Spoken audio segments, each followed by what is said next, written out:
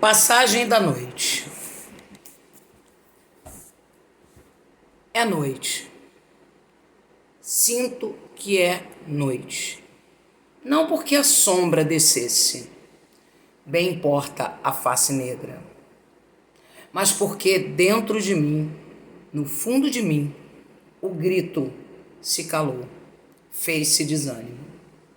Sinto que nós somos noite, que palpitamos no escuro e em noite dissolvemos. Sinto que é noite no vento, noite nas águas e nas pedras. E de que adianta uma lâmpada? E que adianta uma voz? É noite no meu amigo, é noite no submarino, é noite na roça grande, é noite. Não é morte, é noite. De sono espesso e sem praia.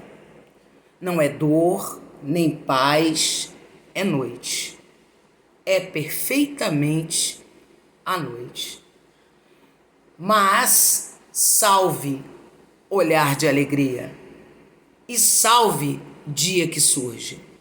Os corpos saltam do sono, o mundo se recompõe.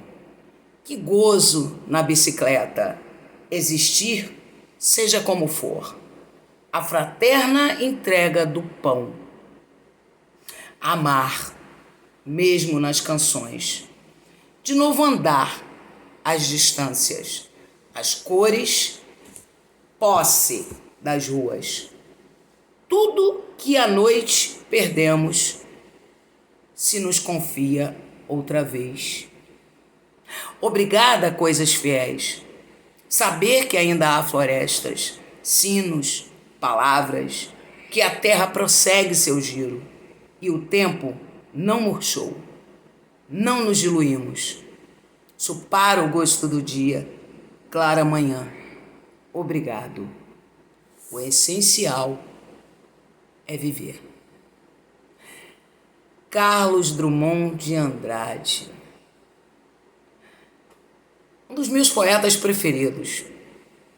E essa poesia lírica, a propósito do gênero lírico, fala de emoções, sentimentalidade. É um ótimo exemplo. E até tem tudo a ver com o momento que nós estamos passando. Por quê? Porque até a metade da poesia, nós vemos que a noite tem um sentido metafórico, não é? A noite representa a tristeza. Mas sempre depois de uma noite, eis que vem o dia. E o dia traz a claridade, a esperança de dias melhores. Então, o que o nosso poeta quis nos passar foi uma ideia de oposição, que é assim normal no ser humano, né, gente? Nós temos os nossos momentos de dor, de tristeza, mas com certeza sabemos que eles vão antever momentos bem bacanas de alegria e de felicidade. Então vamos pensar que esse momento que estamos passando é um momento assim de noite, né? Um momento de medo, de espanto, de tristeza, essa questão do isolamento social, não é? Da gente não poder ir e vir, coisa que estávamos, nossa, nunca passamos por isso, estávamos totalmente acostumados. Hoje temos que ter a consciência de continuarmos onde estamos, para que nós, para nós preservarmos a nossa vida e a de outras pessoas. Então esse poema eu trouxe antes de abrir a aula do gênero lírico, porque eu acho que além de ser um ótimo exemplo, né, do gênero, ele realmente tem tudo a ver com o nosso momento agora, tá? Então, espero que vocês tenham gostado. Esse poema está no livro de vocês, tá? Está no livro de vocês, na página 34. Inclusive, ao final do nosso bate-papo, desse nosso encontro, eu vou dar algumas páginas para vocês, como exercício, para vocês não ficarem aí, né, só com os assuntos aleatoriamente e não exercitarem. Então, nessa página tem alguns exercícios sobre essa poesia. E eu acho que a dica é importante, né? E vale a pena vocês darem uma olhada, tá bom? Aí, vocês vão me aguardar um minutinho, estou passando aqui as páginas. Nós temos, né, a questão do gênero lírico, tá? As explicações na página 55, tá? Na página 55, nós vamos trabalhar exatamente, começamos a trabalhar o gênero lírico, né? E nós demos uma boa parada, fomos ao quadro, aprendemos escansão, que é a divisão métrica, aprendemos como fazer a disposição de rimas com as últimas palavras do quarteto, né? E aí eu vou fazer uma revisãozinha do que nós vimos nessas aulas, tá? Antes da gente dar continuidade e chegarmos ao próximo assunto, ok? Então, eu vou fazer uma revisão aqui. Vamos falar do gênero lírico, tá? No livro de vocês diz que o gênero lírico, ele trabalha as emoções, correto?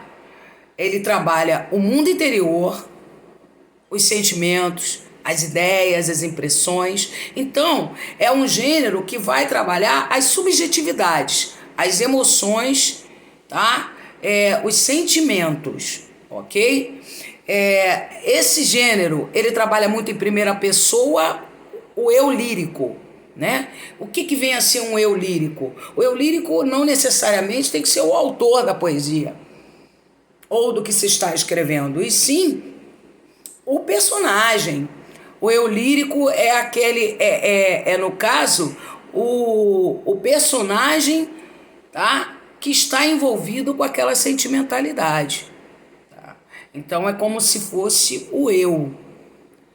Por exemplo, eu disse para vocês, Chico Buarque de Holanda, um grande autor da música popular brasileira, ele é mestre em escrever, né, fazer composições com uma voz feminina. E ele é um homem, mas o personagem, né, que ele encarna naquela poesia é uma mulher. Então, através dessa mulher, né, ele joga as suas sentimentalidades, tá? Então, podem ser o autor, ele pode jogar as sentimentalidades representando alguém, entendeu? Não necessariamente são os sentimentos dele. Por quê? Porque na literatura, o importante, como já dizia Manuel Bandeira, dentro de uma poesia, é a gente, né, marcar o leitor. Marcar o leitor. Eu não escrevo para mim, eu escrevo para o leitor. E esse leitor é diferente de mim. Assim como o meu eu lírico pode ser diferente da minha pessoa, tá? É possível o autor escrever e ser ao mesmo tempo um eu lírico? Sim, ele pode estar escrevendo as suas sentimentalidades, mas ele pode estar representando a dor ou o amor de alguém, ok? Então, essa é a ideia. Outro detalhe que a gente chama de lírico, é interessante, é porque o gênero lírico ele vem de lira, tá? E lira é um instrumento musical muito utilizado, né, na Grécia Antiga, em Roma, e no caso acabou ficando gênero lírico devido a esse instrumento musical. Então, uma outra característica muito importante do gênero lírico, tá, é a musicalidade. Poesia e música são companheiras, caminham juntas, ok? Beleza. Um outro ponto do gênero lírico, tá? É o soneto, né? A gente comentou sobre isso em sala de aula. O soneto é uma composição poética, tá? Geralmente o poeta lírico ele trabalha muito com soneto. Então o soneto é uma composição poética de 14 versos, tá? E o mais utilizado, né? Nós utilizamos os 2 quartetos, 2 tercetos. Lembram? Quartetos, né? É uma estrofe de 4 versos e terceto, uma estrofe de 3 versos. Tem que acabar no 14º. Se não acabar, não é soneto. Então a disposição é a seguinte: um quarteto, pula uma linha. Outro quarteto, pula uma linha. Um terceto, pula uma linha. Último terceto, ponto final. Essa é a ideia. E no universo desse soneto, nós temos aí algumas, né, regrinhas. Primeiramente, o soneto ele é clássico, né?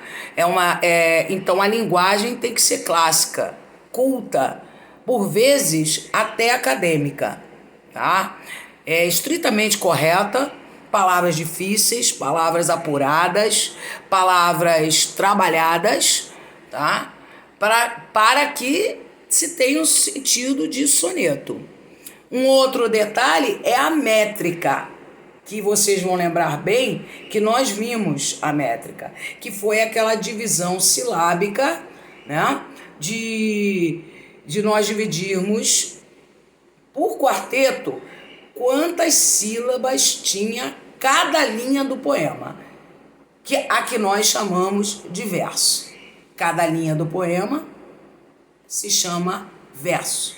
Então, nós fizemos direitinho no quadro, não é? Essa divisão métrica, ok? A isso nós chamamos de escansão.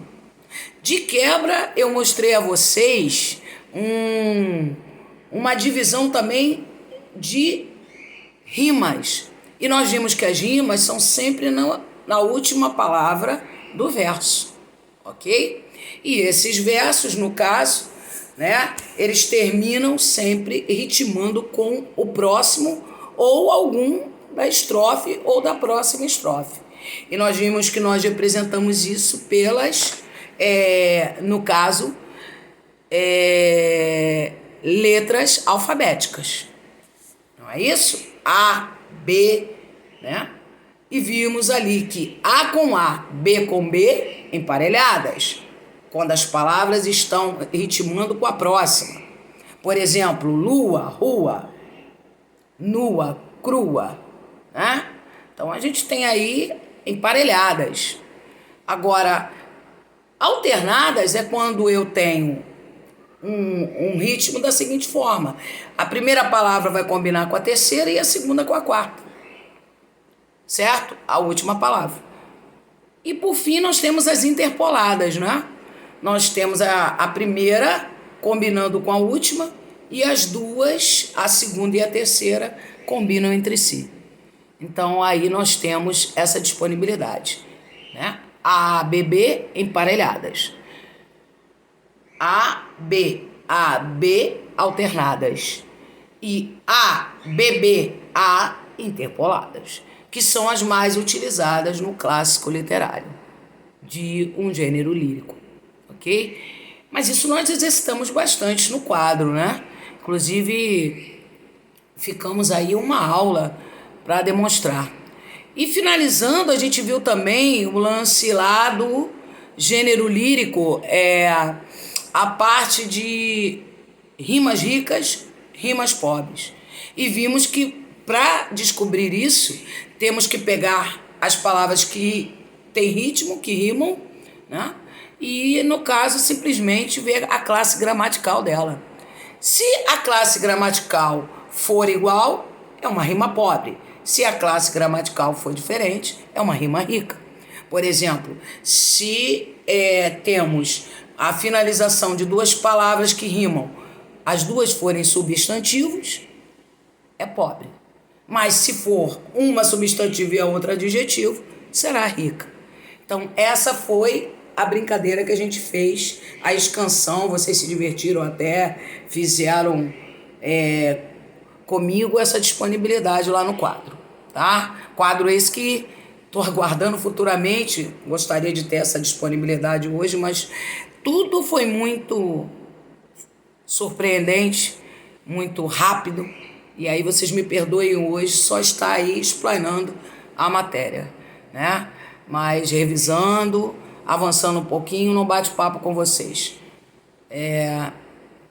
Espero que nas próximas eu tenha artifícios maiores para exemplificar. Mas como hoje a gente está trabalhando uma revisão, eu não estou preocupada não, porque isso tudo foi dado na sala de aula, no quadro e mostrado a vocês. Tá certo? Então, beleza. Para finalizar esse gênero lírico e a gente iniciar uma nova etapa, né?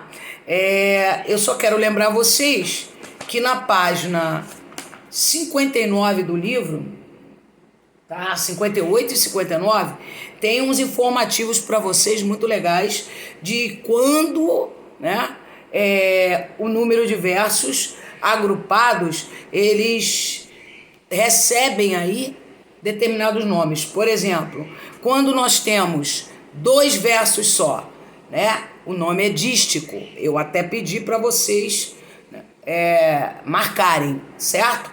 Na página 59, no finalzinho aqui, eu pedi para vocês colocarem, sublinharem, porque isso é importante para vocês no dia a dia, tá? E eu vou dar uma lidinha aqui para quem não tem o livro e ficar gravado aí, tá? E de repente quiser passar para o caderno, por enquanto, entendeu? Então eu vou dar um alô sobre isso também, tá bom? Então vamos lá, ó. Verso é uma sucessão de sílabas ou fonemas, formando uma unidade rítmica e melódica, que corresponde normalmente ao quê? Ao que é importante guardar. Uma linha do poema. Os versos, eles se organizam em estrofes. Estrofe ou estância, tanto faz. É um agrupamento de versos, ou seja, tá? É um certo número de versos vai formar uma estrofe, tá? O número de versos que se agrupam em cada estrofe, ele pode variar, né? De acordo com o número de versos das estrofes, eles recebem, assim, nomes específicos. Então, vamos lá, ó. Dístico, 2 versos. Terceto, 3 versos. Quarteto ou quadra, 4 versos. Quintilha, 5 versos. Sexteto ou sextilha, 6 versos. Sétima ou septilha, 7 versos. Oitava, 8 versos. Nona, 9 versos. E 10ª, 10 versos. Ok? São poemas de forma fixa, isto é, apresentam a mesma estrutura de construção. Quem são eles? O soneto, que tem 2 quadras e 2 tercetos. 2 quadras e 2 tercetos. A balada, que tem 3 oitavas e 1 quadra. E o vilancete, 1 terceto e outros tipos de estrofes. A escolha do poeta. Temos também o rondó, apenas quadras, ou então quadras combinadas com oitavas. Então, tudo é questão do número de versos, né? Nós vamos utilizar em sala de aula os sonetos, que são 2 quartetos, 2 tercetos, né? 4, 4, 3, 3. Esse é o mais utilizado nos clássicos e até autores modernos já, né, trouxeram de volta essa tendência. Tá? Como Vinícius de Moraes é um autor que adora fazer sonetos. Tá bom? Então, o importante é vocês saberem que o gênero lírico é um gênero que ele veio, né, da era medieval, ok? Mas ele está presente até os dias de hoje. Quando você escuta uma música de amor, de dor, de sentimentalidades, tá? De perda de um amor, de felicidade ou de tristeza, com certeza, ou qualquer situação que te leve a uma emoção, você está trabalhando o gênero lírico, tá ok? Então essa é a ideia, tá bom?